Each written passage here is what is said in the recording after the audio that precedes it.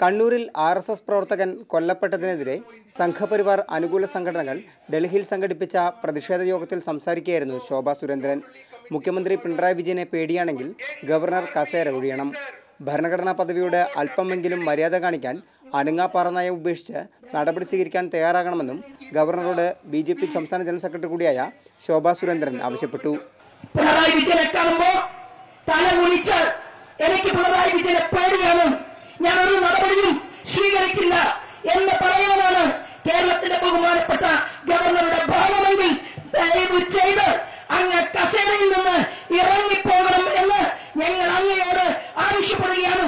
ആക്രമണം തുടരുകയാണെങ്കിൽ കോടിയേരി ബാലകൃഷ്ണനെ രാജ്യതലസ്ഥാനത്ത് കാലുകുത്താൻ അനുവദിക്കില്ലെന്ന് ഡൽഹി യുവമോർച്ച സംസ്ഥാന അധ്യക്ഷൻ സുനിൽ യാദവ് വെല്ലുവിളിച്ചു.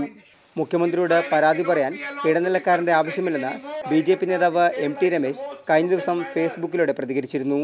മാതൃഭൂമി ന്യൂസ്, ഡൽഹി.